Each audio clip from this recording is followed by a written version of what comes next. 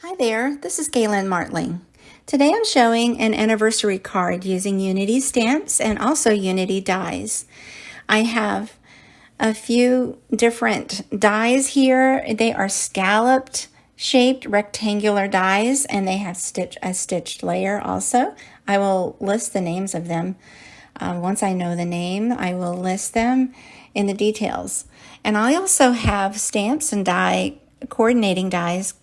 The title is I Did, I Do, I Will stamps, and also the coordinating die for that. I also use one of those people floral stamp for the corner. Now, here are the 4 layering dies. I'm not sure the name again, but I will notate that. I am using the 2 larger ones. It has an outer scalloped layer and an inner stitched layer for these. And you can use them on their own, or you can layer them together, all of them together, or just a few at a time. I'm using 2. And so on this top layer, that's the smallest of the one I'm using today, I'm going to stamp on that later on. I also wanted an accent panel. So on the scallop, the largest one is on color cardstock. And so for the storage, I like to use a magnetic sheet for my die cutting storage, my die storage. And I also use the Avery Elle plastic stamp storage pocket. I store my dies in those and also my stamps in the pockets. And so I will try to also link where I got those. Amazon is a good place. Simon Says Stamp is another.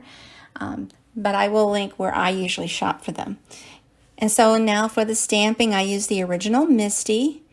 And I repeat the stamping maybe 3 times just to get a good impression. I use My Favorite Things inks for this project. And then I go ahead and use a mix of purple and black stamping.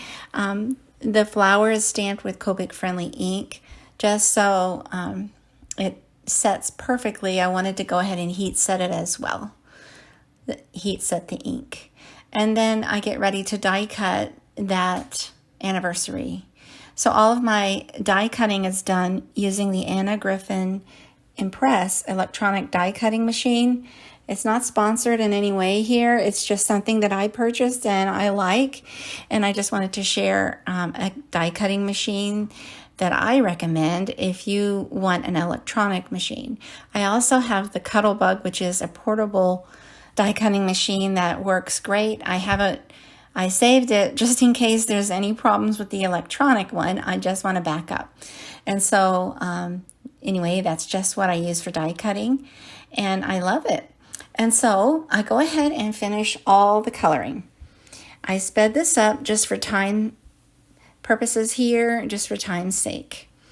Because the coloring does take a little bit. I go in and do lots of layers.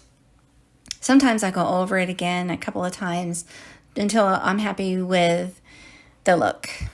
And so I tried to coordinate with that paper and ink as best I could.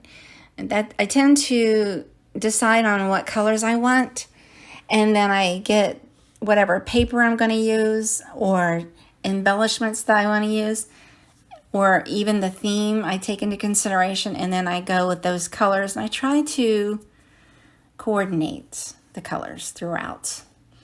And I just love the look at the end with that effect. So this is going to be really a clean and simple kind of look. I just wanted the flower to be offset in the corner. And I wanted the sentiment to be the primary focus, which these beautiful stamps and dies give a great focal point. They're big sentiments and I just love it. And so I go ahead and use flat double-sided tape for the background layers. And I use foam tape for the sentiment.